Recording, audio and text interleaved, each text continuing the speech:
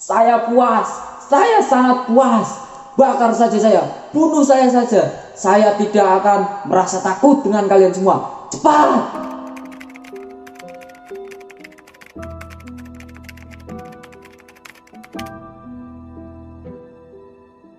Karena pada saat itu terdapat sesosok kepala desa yang benar-benar mengayomi warganya, maka hukuman mati untuk Lastri ini ditiadakan.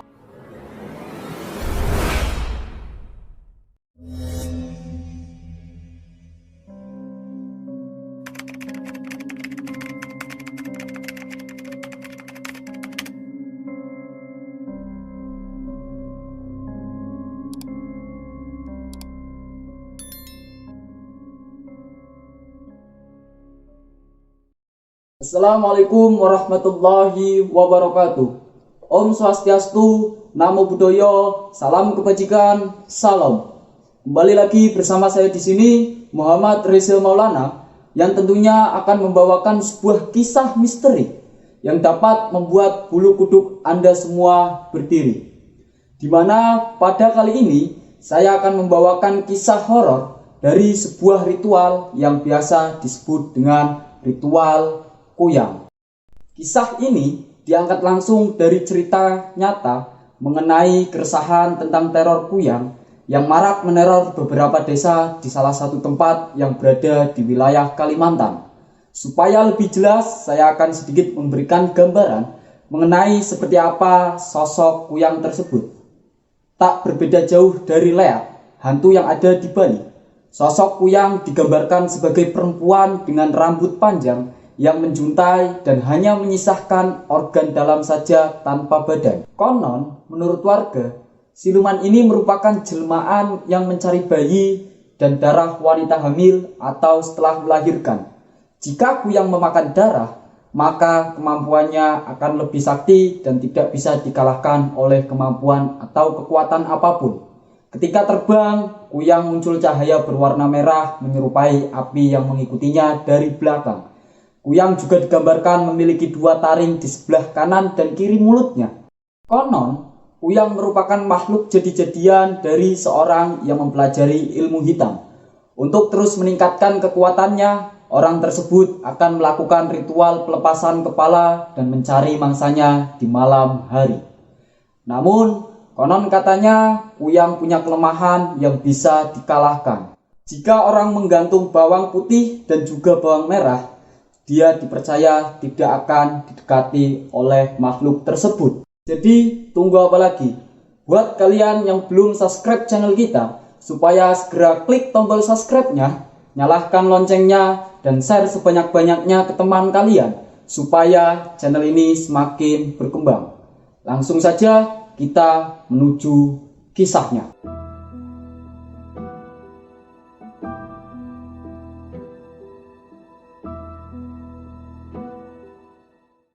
Pada tanggal 25 Mei tahun 2009, di suatu desa terdapat seorang wanita, sebut saja namanya Lastri.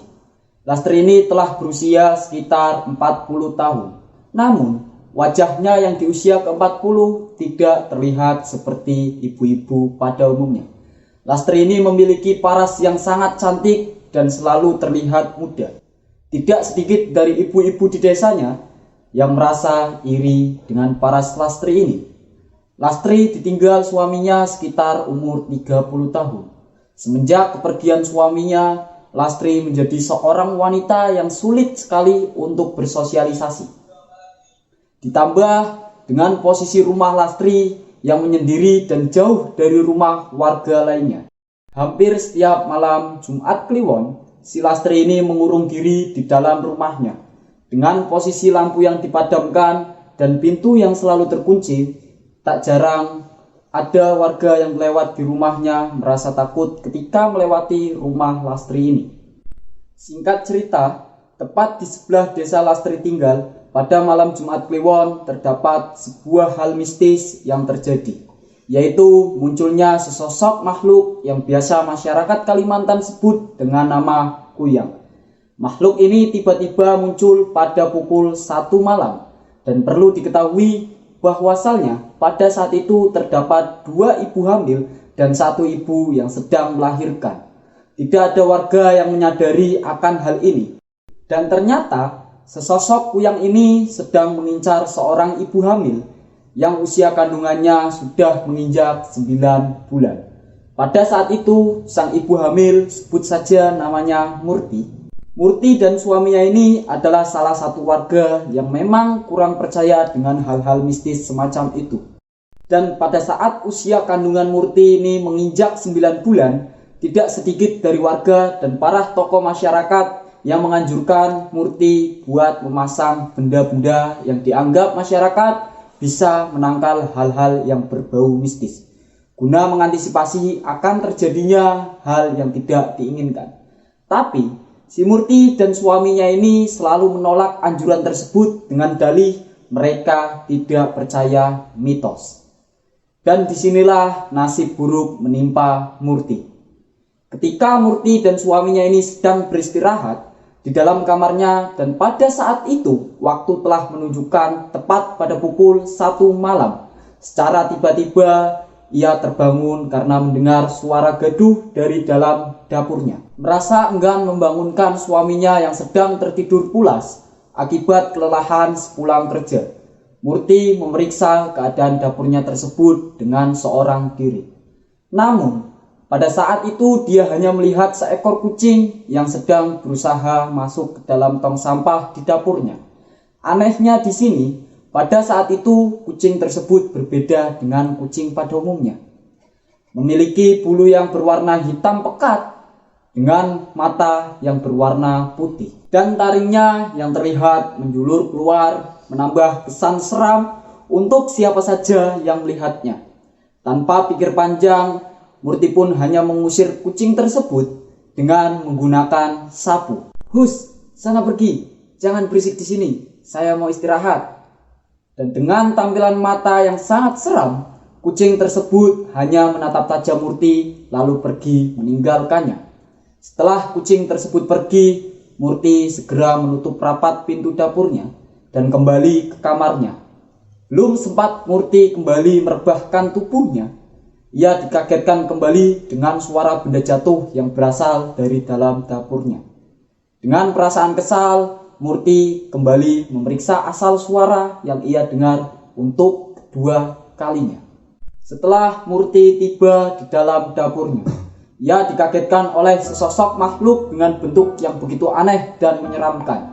Sontak, ia langsung menjerit dan pingsan. Namun disayangkan teriakan Murti tidak didengar oleh sang suami yang sebelumnya sedang tertidur pulas. Dan ketika keesokan harinya sekitar pukul 4:20, suami Murti yang bangun untuk menunaikan ibadah sholat subuh dikagetkan oleh Murti yang sudah tidak ada di sebelahnya. Setelah suami Murti mencari dan memanggil-manggil nama Murti, ia dikagetkan dengan keberadaan Murti yang sudah tergeletak di lantai dapur dengan posisi terlentang seperti sedang melahirkan. Banyaknya darah di sekitar tubuh bagian bawah Murti membuat sang suami menangis dengan histeris. Setelah merasa panik dengan kondisi Murti tersebut, beliau dengan isak tangisnya yang masih menjadi-jadi berusaha memberi pertolongan kepada istrinya dengan membopong dan berlari menuju mobilnya. Tanpa bersiap-siap, ia langsung melajukan mobilnya menuju rumah sakit terdekat. Sangat disayangkan ketika sampai di rumah sakit, ternyata bayi yang ada di kandungan Murti telah meninggal dunia. Singkat cerita, hampir 1 bulan Murti dirawat di rumah sakit. Setelah keluar dari rumah sakit, Murti baru bisa memberikan kesaksian atas apa yang menimpanya pada malam itu. Murti mengatakan bahwa pada saat itu ia melihat sesosok makhluk yang benar-benar menyeramkan. Memiliki mata yang besar dan berwarna merah, rambutnya yang panjang, memiliki 2 taring yang tajam, dan yang lebih menyeramkan lagi ketika Murti ini memberikan kesaksian bahwa makhluk yang ia lihat memiliki organ tubuh yang menggantung dengan kepalanya, seperti usus, ginjal, paru-paru, dan beberapa organ tubuh lainnya. Tambah dengan aliran darah yang pada saat itu menetes dari bagian organ tubuh tersebut ke lantai dapur Murti. Menambah kesan menyeramkan tersendiri. Dari keterangan Murti inilah yang semakin membuat warga gempar, karena sudah kesekian kalinya hal ini terjadi.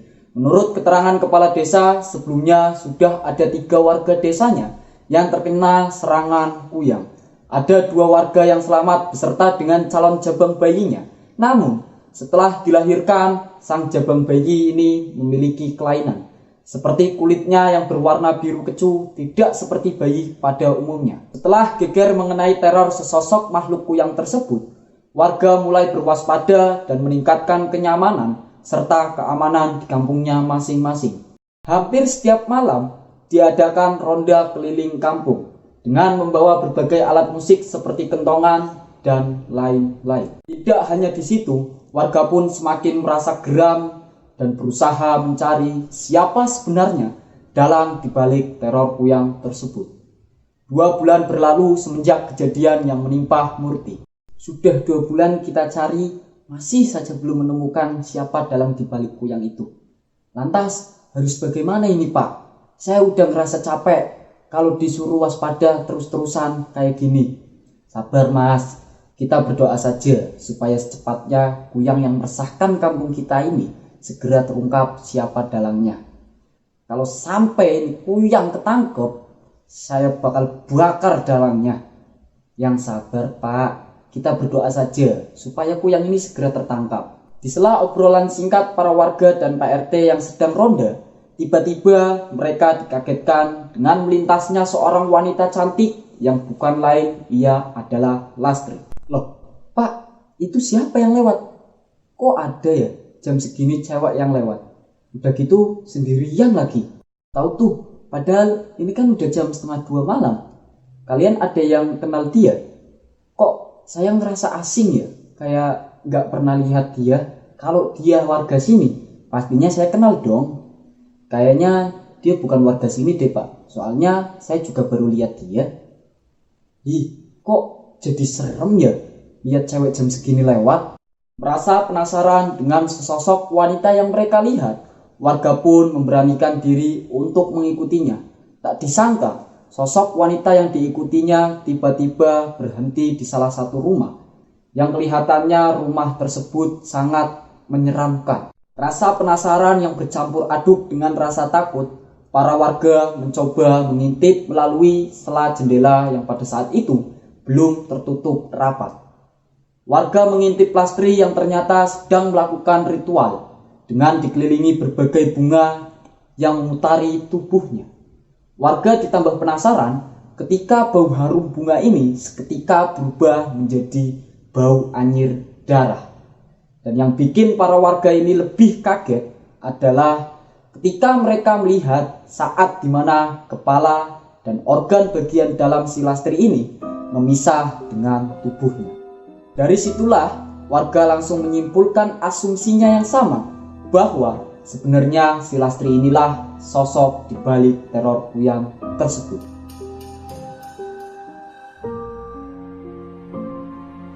Tanpa menunggu lama, warga pun langsung menggerebek rumah si Lastri dan menyeretnya keluar. Sebelum jelmaan kuyang yang Lastri buat ini menjadi sempurna dan kembali melancarkan aksinya.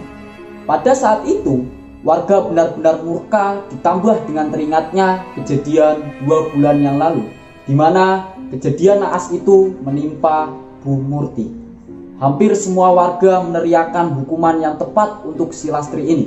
Bakar saja dia, hancurkan rumahnya, kubur hidup-hidup, pegal saja kepalanya. Namun, karena pada saat itu terdapat sesosok kepala desa yang benar-benar mengayomi warganya, maka hukuman mati untuk Lastri ini ditiadakan.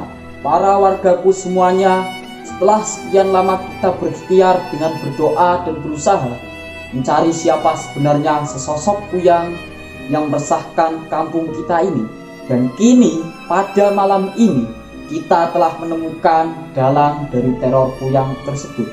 Saya tahu dan saya paham bahwa kalian murka, marah, dan sangat tidak terima. Tapi apalah daya jika kita membakar, mengubur, atau membunuhnya hidup-hidup, maka kita yang akan terkena pidana atas kasus pembunuhan berencana. karena kita belum menemukan bukti yang kuat mengenai kebobrokan wanita jalan ini. Saya harap kalian bersabar dan menahan amarah kalian semua. Namun, lain tanggapan Lastri atas hal ini. Dia hanya tertawa dengan posisi tangan dan kakinya yang sudah diikat oleh warga. Hahaha, saya puas, saya sangat puas. Bakar saja saya, bunuh saya saja. Saya tidak akan merasa takut dengan kalian semua. Cepat! Dan tidak menunggu lama ketika si Lastri ini tiba-tiba dilempari dengan sebilah kampak oleh suami Bu Murti yang pada saat itu sudah benar-benar tidak bisa menahan amarahnya karena mendengar ucapan si Lastri ini. Kampak itu tepat mengenai kepala bagian belakang Lastri dan menyebabkan si Lastri ini mati. Dan pada akhirnya kisah diakhiri dengan kematian Lastri yang tragis. Namun jika kita kembali mengingat seberapa dosa Lastri ini ketika dia sudah membunuh banyak nyawa dengan keegoisannya yang mementingkan dirinya sendiri supaya selalu terlihat awet muda dan juga tetap cantik. Sobat SMG Misteri, ada hal yang bisa kita petik dari kisah ini, yaitu tidak ada keabadian di dunia ini yang mengandalkan sebuah kemusyrikan dan kekejian.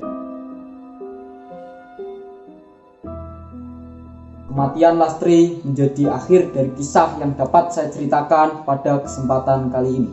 Bagi kalian sobat SMG Misteri dimanapun berada, barangkali ada yang ingin membawakan atau memberikan kisah horor tentang diri kalian atau kisah mistis yang kalian alami, bisa kalian kirim ke nomor yang ada di sini. Mungkin itu saja dari saya untuk kali ini. Kurang lebihnya mohon maaf. Wassalamualaikum warahmatullahi wabarakatuh.